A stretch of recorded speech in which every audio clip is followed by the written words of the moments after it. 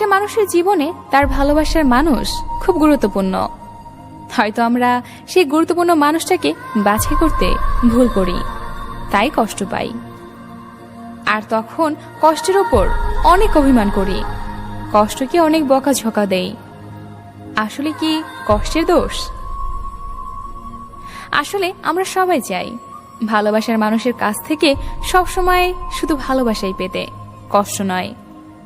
তাই হয়তো পৃথিবীর সব কষ্ট সহ্য করতে পারি, কিন্তু ভালোবাসার মানুষের দেওয়া যন্ত্রণাগুলো, কষ্টগুলো সহ্য করার ক্ষমতা আমাদের নেই, আমরা পারিও না।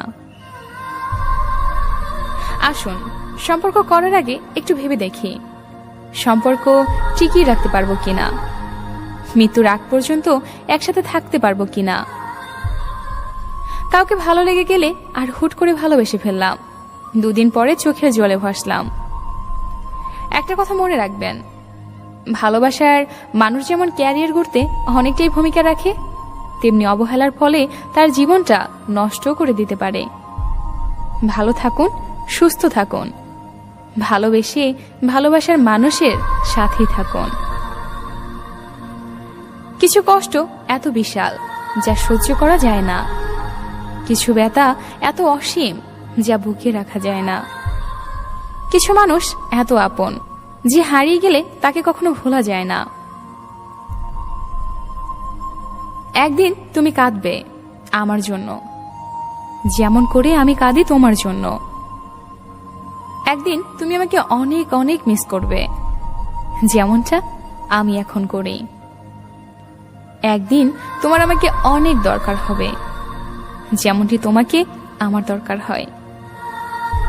একদিন তুমি আমায় অনেক অনেক ভালোবাসবে, কিন্তু সেদিন হয়তো আমি তোমাকে ভালোবাসবো না। ঘুমন্ত অবস্থায় তৈরি হওয়া কোনো স্বপ্ন যদি ভেঙে যায় তাহলে তেমন কিছুই হয় না, কিন্তু মানুষ জেগে থেকে যে স্বপ্ন সাজায় তা ভেঙে গেলে জীবনটা নষ্ট হয়ে যায়। ভিডিওটি শেয়ার করে সবাইকে দেখার সুযোগ করে দিন। আর আমাদের ভিডিওটি যদি আপনার একটু ভালো লেগে থাকে তাহলে অবশ্যই আমাদের চ্যানেলটি সাবস্ক্রাইব করে আমাদের সাথে থাকবেন। ধন্যবাদ ভিডিওটি দেখার জন্য।